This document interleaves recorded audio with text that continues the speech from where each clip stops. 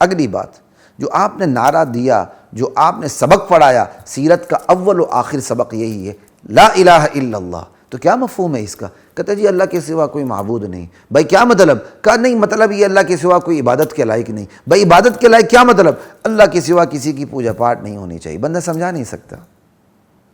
تو اب تو بڑا آسان ہو گیا، بھائی گوگل پہ کلک کریں قرآن میں الہ کہاں کہاں آیا ہے، اور جہاں الہ کا لفظ قرآن میں جس آیت میں آیا ہے وہ الہ کا مفہوم وہ آیت بتا دیتی ہے۔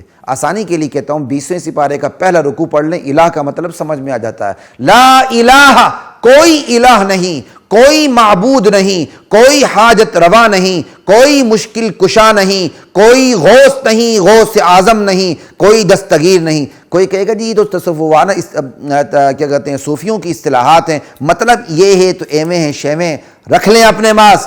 جو اصطلاح شرک کے لیے معاون بنتی ہے اس اصطلاح کو اٹھا کے بڈھے دریا میں پھینک دو۔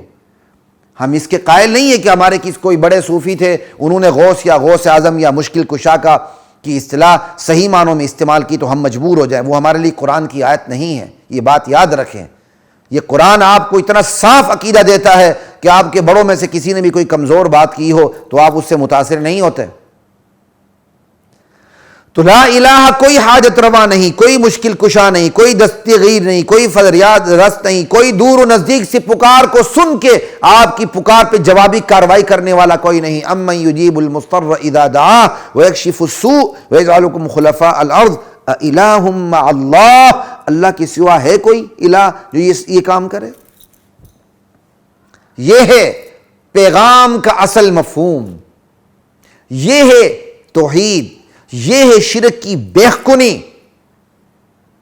ہم کہہ تو دیتے ہیں لا الہ الا اللہ، دکان سے کچھ نہیں ہوتا، مکان سے کچھ نہیں ہوتا، اس سے کچھ نہیں ہوتا، اس سے کچھ نہیں ہوتا، یہ پیسے غیر اللہ ہیں، یہ یورو غیر اللہ ہیں، یہ ڈالر غیر اللہ ہیں، کوئی شک نہیں۔ جو اصل مطلب ہے وہ بھی بتائیں، یہ قبریں غیر اللہ ہیں، یہ بزرگان دین غیر اللہ ہیں، یہ پوری کائنات اللہ کے سوا غیر اللہ ہے، جو اللہ کا اختیار ہے وہ غیر اللہ میں سے کسی ایک کے پاس بھی نہیں۔ غیر اللہ کوئی گالی نہیں، غیر اللہ کہتے ہیں اللہ کے سوا جو بھی ہے، اللہ کے سوا جو کچھ ہے وہ مخلوق ہے یا معدوم ہے، بس اس کے پاس خدائی اختیارات نہیں ہیں۔ یہ ہے اس پیغام کا مفہوم۔ یہ پیغام جب دل میں اتر جاتا ہے پھر دنیا کی کوئی طاقت ایسے بندے کو مرعوب نہیں کر سکتی، خرید نہیں سکتی، اور اس کے نظریات کو تبدیل نہیں کر سکتی۔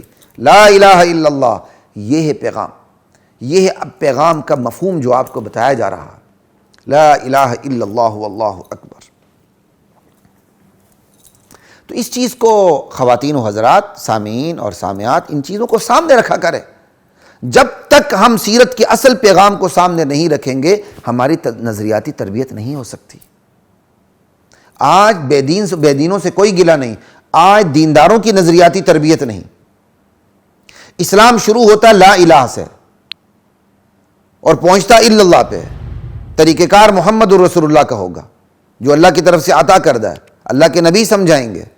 لیکن آج دینی تحریکوں کا المیہ ہے۔ ابھی میں اس پہ صرف بات کر کے اپنی بات کو ختم کروں گا۔ اسلام کا طریقہ کار انکار سے شروع ہوتا ہے، اقرار پہ پہنچتا ہے، اور آج کی دینی تحریکیں کیا کر رہی ہیں؟ وہ اقرار سے شروع کرتی ہیں، انکار کے بارے میں مذبذب ہو جاتی ہیں، چوں چاں دیگر چوں کا چنانچہ کے پیچھے پڑ جاتی ہیں۔ یہ ہے دینی تحریکوں کا المیہ۔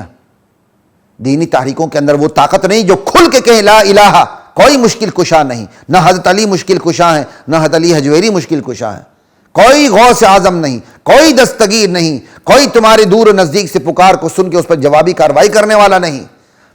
ما فوق الاسباب، کوئی ایسی طاقت نہیں جو آپ سے بیماری کو دور کر دے، آپ کو شفا یاب کر دے، آپ کو نوکری دے دے، آپ کو بیٹا دے دے، آپ کو بیٹی دے دے، آپ کو عزت دے دے۔ تباہ کرنا، برباد کرنا، آباد کرنا، ویران کرنا، سنوارنا، عزت دینا، ذلت دینا، تخت سلطنت پہ بٹھانا، تخت دار پہ چڑھانا، بیٹا دینا، بیٹی دینا، یہ سارے کام صرف اللہ کے ہیں۔ قل اللہم مالک الملک تؤتی الملک من تشاء وتنزع الملک قل اللہم مالک الملک تؤتی الملک من تشاء وتنزع الملک ممن تشاء وتعز من تشاء وتذل من تشاء بیدک الخیر انک علی کل شیء قدیر۔ یہ سارے کام اللہ کے ہاتھ میں ہیں۔ یہب لمن یشاء اناثا ویہب لمن یشاء الذکور او یزوجہم ذکرانا واناثا ویجعل من یشاء عقیما، جس کو چاہے بیٹیاں ہی بیٹیاں دے دے، جس کو چاہے بیٹے ہی بیٹے دے دے، جس کو چاہے بیٹیاں بیٹے دونوں دے دے، جس کو چاہے نہ بیٹا دے نہ بیٹی دے، 5 بنا کے رکھے۔ اللہ نہ دینے پہ آئے تو اپنے نبیوں کو اولاد نہ دے، بڑھاپے تک ترسا کے رکھے، اور دینے پہ آئے تو بڑھاپے میں بانجھ پن دور کر کے نبی کی گود کو ہری کر دے، نبی کی گود کو ہری کر کے بڑھاپے میں اولاد دے دے۔ الحمدللہ الذی وہب لی علی الکبر اسماعیل و اسحاق۔ اللہ نہ دینے پہ آئے تو نبی کو نہ دے، اللہ دینے پہ آئے تو فقیر کو درجن درجن بیٹے دے دے۔ یہ ہے سیرت کا اصل پیغام جو نظر انداز ہو رہا ہے۔